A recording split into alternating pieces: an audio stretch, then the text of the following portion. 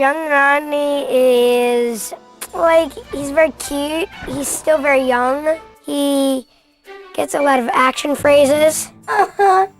That's right. You're going down. It's a little corny. Being in a video game is much different than being in a movie because there's more karate chopping and running, making sounds. Woo! Wee-hee! Yeah! Yeah! Boing! Very nice. My favorite sound effect is like a double jump when he goes, yeah. They have that in a lot of games. That's always been my favorite. My favorite character is Big Well. It's very big. I saw one of the drawings and he's like this huge like float. This huge like blimp thing. He looks kind of bizarre. Very bizarre. What? It can't be true! Being in a video game is much more let loose. Your hair can be whatever. I could probably just shave my hair off right now and it wouldn't matter one bit. Yeah, now I can fix Wonderbot. If I could create my own robot, he'd be able to do everything. He'd be a part-time camera. He'd have all the jewelry in the world because I like geology. He'd be like a part-time machine, be a jet, every movie ever made. He'd have all the pictures and everything about all the animals, do my homework. He'd be helpful. Fly. He'd be like a scooter. He'd be able to time stop here and then go to another time and then go there. Roller skates, hockey puck. He'd be my own like skate rank. What was the question again? Be like a part-time roller coaster. Oh, I have like 500 more, but I think this is gonna be like better than my sister's game. This is gonna destroy her game. Like, she'll be playing this and that. So, yeah, this is such a cool game. He'd have a microphone, and he'd be a part-time robot goalie. He'd have automatic hot chocolate with marshmallows. This is my son, Rodney. Rodney Copperbottom. Mr. Copperbottom is Rodney's father, and he is a bit of a dreamer himself, just like his son. And he wanted to pursue a career as a musician when he was younger, but afraid to take the risk, he had himself refitted to be a dishwasher. Mr. Gunk will probably deduct from my paycheck for all those, but if you learn from it, then it's worth it. He loves his son, he adores his son, and encourages him to follow his dream to be an inventor. If you're going to Robot City, you'll need to fix your Wonderbot. I grabbed its blueprint, so you just need to find the pieces. Mr. Copperbottom is guiding his son through this game into Robot City, and then through Robot City and to this sort of wonderful, happy, climactic ending. That gold scrap hasn't burned a hole in your pocket yet, huh? Don't be shy. Go up to the attendant and buy your ticket. I don't know. I think they're all pretty interesting. I think Mr. Copperbottom is, without question, the most interesting character in the film. No, I don't have a favorite character. I think that I don't know. I think they're all kind of adorable. Oh, I remember when you were just a box of nuts and bolts. Yeah, I have 3 little kids, and yes, you're constantly going, no, not like that. No, maybe you should try it like this. You could try this, or just don't do it that way, Let's practice jumping. See these crates? You can reach the tops by jumping. For the really high ones, use your double jump. If you don't quite reach, don't worry. You'll grab the ledge, and then you can lift yourself up. I found that you could play around quite a bit, and that you are collaborating with a writer and director to figure out exactly where you want this to go, how you want it to sound. So it really is, it's actually kind of fun. Rodney, I'm really proud of you. It's a fantastic invention. If I could design my own robot, I would have it just return phone calls, probably. My guy is Lugnut. He's a big green square-jawed guy, which makes me jealous because I was born without a chin. So it's nice to do a role where I have a prominent chin. And he's kind of like the big, soft-spoken, likable, tall, big, burly teddy bear of the group. I was driving my truck pod on the transportway, and before I knew it, the back hatch opened up, and I lost my cargo. I love Lugnut. I want to be him. I wish I could get mad, and Lugnut would burst out of my body, and I could just hug people with my anger. Oh, everything's okay. Hey, thanks, little guy. It was a real decent thing of you to help me out. Here, take this as a reward. A weekend getaway with me in Fiji. Imagine, the two of us sharing a bamboo hut and eating shrimp poppers all day. I've only played one video game, Redneck Rampage.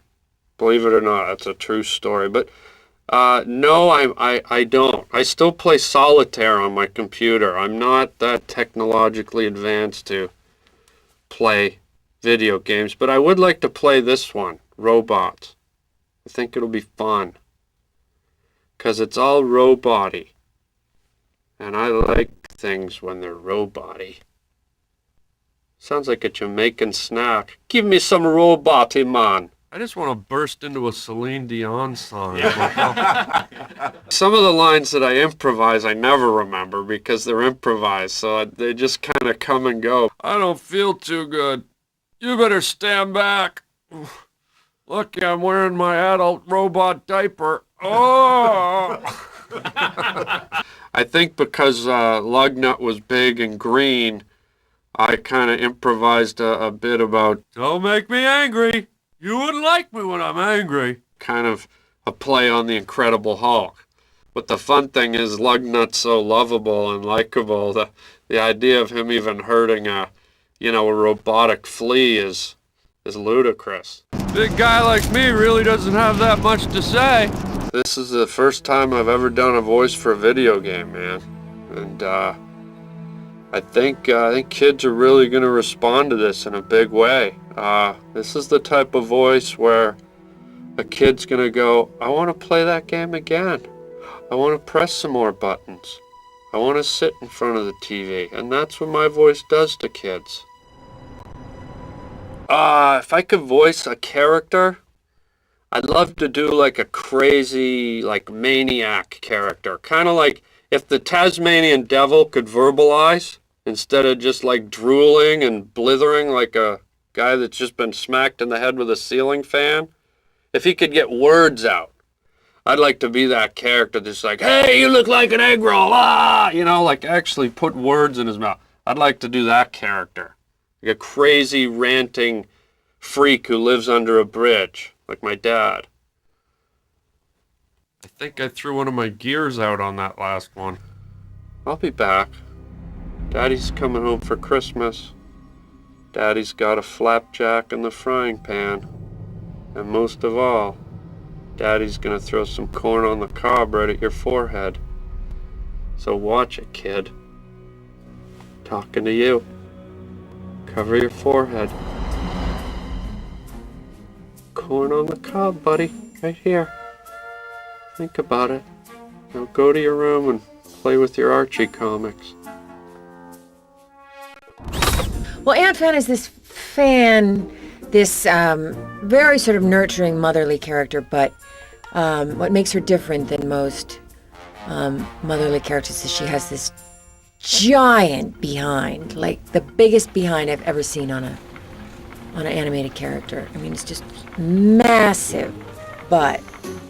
And I was so excited to play someone with this giant butt, and when I was creating the character, I just kept thinking, what would a giant butt sound like if it could speak? Copperbottom? Ooh, that's a wonderful name. I thought I was going to be this dramatic actress, and for years trained to be a dramatic actress, and thought that was what was going to happen, and it never I never got a job. And then the minute I switched over to the comedy world, everything changed. I'm so sorry. I can't talk right now. I'm so sorry. I can't talk right now. I'm lubing up. People respond better to the comedy stuff. I think, I never thought I was very funny. I mean, but those are the jobs that, I guess I have some sort of weird take on things, and I guess I don't mind looking really ugly. See a need, fill a need. That's what you have to do. I couldn't believe this illustration that was in my hands. Just the other characters, it was so complicated, and the imagination that it took to create these characters. I thought, this is the best thing I've ever been part of. I'm baking right now and I need a bucket of nuts. I think the animated guys, animation guys are always the coolest of all the, different ends of show business, because I think they're the smartest group, and they have incredible, these guys have a great sense of humor, and they don't take things too seriously, and they work really hard. Awesome. Great. Perfect. Very nice. The only bad part, they're all in the sound booth, and you can't hear what they're saying, so you could do a line reading like, Oh, big weld. That's a lot of robot. and then you look into the booth and you can see their mouths going. And then you're like, oh, they must be saying that was bad. Or, you don't get to hear them talking about you. I know a great recipe for a cod casserole, but otherwise I can't really help you right now. My only critique of the part was that when I found out when I was meeting with Chris Wedge was that there wasn't one moment in the film where Aunt Fan farted. Because I thought that was so, that would be part of her. That would be like, of course someone with that big behind would be doing that. And they added it in, and I'm really happy about it. They added Aunt Fan's fart into the film, and I'm really, really excited about it. I'm Jackhammer. Who is Jackhammer? Hey there! Jackhammer's my name. I own the hardware store. Looks like you're in need of an upgrade or two. I'll tell you what. You can have one on the house, and maybe you can do me a favor later. Jackhammer is a jackhammer, I think. He's an acerbic, kind of crusty exterior type guy who's all about selling. I see you had more luck in finding my store than the Magna Bean pieces. I had never done a video game before. This is my first one. Although I used to play them when I first moved out to L.A. and there was nothing much going on. I'd have an audition at 10 o'clock in the morning. The rest of the day was free, so I kind of got addicted to Ms. Pac-Man. But it's kind of for a 30-year-old man to be walking around with blisters on his fingers from working that joystick hours on end. So I kind of gave it up. Go take another look around Midtown. I know they're out there somewhere. It really was all fun. It's more about the character for me than any individual line. It's just a lot of fun to do. Here's the Magna Beam. You can use it to move bots and certain items. Its beams will pull them towards you. There's something fun about being able to go over stuff again and throw in little improvs, and it's a different kind of ambiance than you get if you're doing a film. But there's no way I'm lending you my transport pod until you can show me you're a good driver. So, go find all those blueprint pieces before the time runs out. I was thrilled to do it. I have a 14-year-old boy, so it's going to be great to have he and his friends come and see me do this, and he also loves playing video games, and that's why I'm thrilled to have been here doing this today. For once in a while, I won't be saying so quickly, put away the video game and do your homework. I'll encourage him to play it a little bit longer than I normally would. I think I might even play it with him. My dad taught me that.